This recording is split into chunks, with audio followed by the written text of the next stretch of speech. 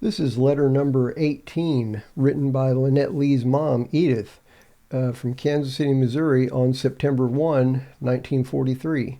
She was writing to her sister Linnie and her brother-in-law Clay in Springdale, Arkansas.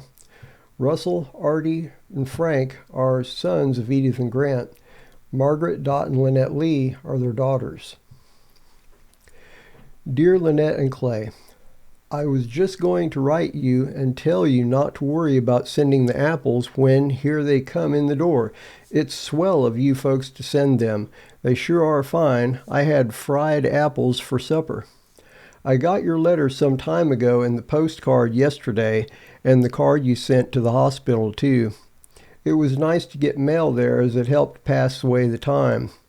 I got 4 cards and 2 letters and lots of flowers while I was there.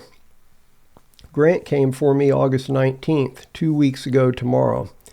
Just about an hour before I left the hospital, I got the biggest bunch of coral-colored gladiolus and baby's breath in a pastel blue vase from the men where Grant works. I wish you could have seen them. They were just like a picture. Well, I should have answered your letters sooner, but seems like I just can't get back in the groove again. Don't know where to start in. But it's about time I did, as school starts next week. So I had better settle down. I got spoiled in the hospital, I guess. Breakfast in bed and everything. Makes you lazy. Thanks a lot, too, for the $2. I didn't have them get me any bed jackets as I couldn't use them very long, but kept it instead to help fix my teeth, as I think I'll have them all pulled before long. The kids say I won't look right with false teeth, but I won't feel right if I keep them the way they've been bothering me. So what? I'm a grandma anyway. Skipper brought Linnet Lee home tonight, and Mrs. McFerrin is going to look after her a week, and then Mrs. Bird will the other week. Linnet Lee's baby sure is fat and looks just like her. I haven't got a hold of it yet, but maybe Russell and I will go over tomorrow if Grant will let me. Grant won't hardly let me turn around anymore, as he is afraid I'll be back in the hospital. But I feel fine now, so I don't think there's any danger of that. Russell sure was pleased with the cards you sent him, and when I read them to him and you asked him how he liked being an uncle, he said right back and tell her pretty good. I made him a cake, and he was more interested in lighting the candles and blowing them out than eating it.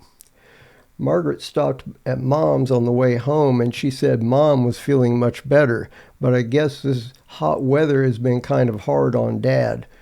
Sure been hot here the last few days.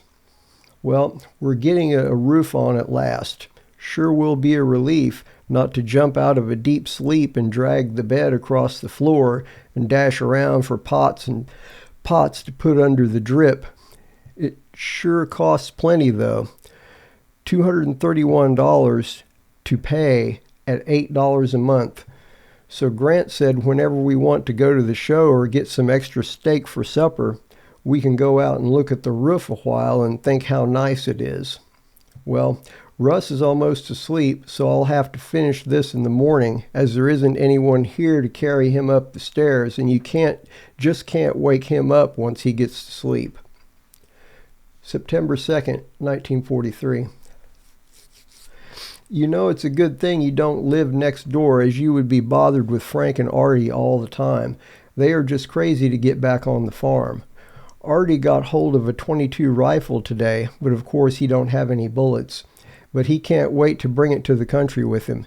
He has it all settled that he and Frank are coming down again next summer, and would right now if I would let them. I would sure love to come down a while, but we have so many bills now that I won't be able to get the money until we catch up again.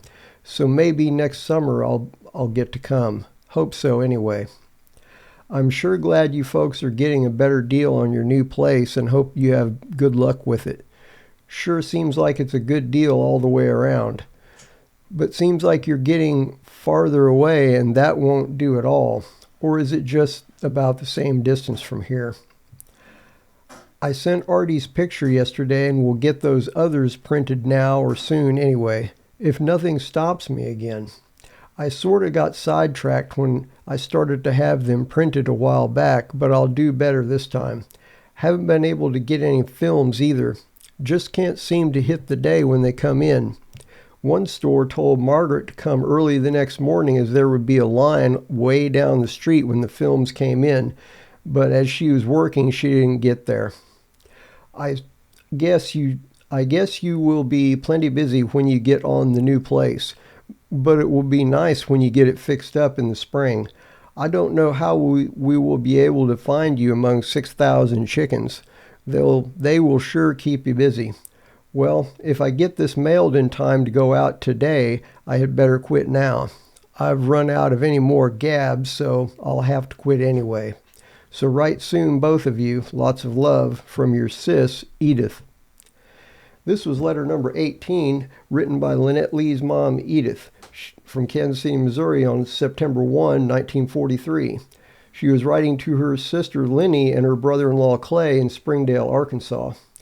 If you'd like to hear more letters, you can find them in the Linnet Lee Story playlist.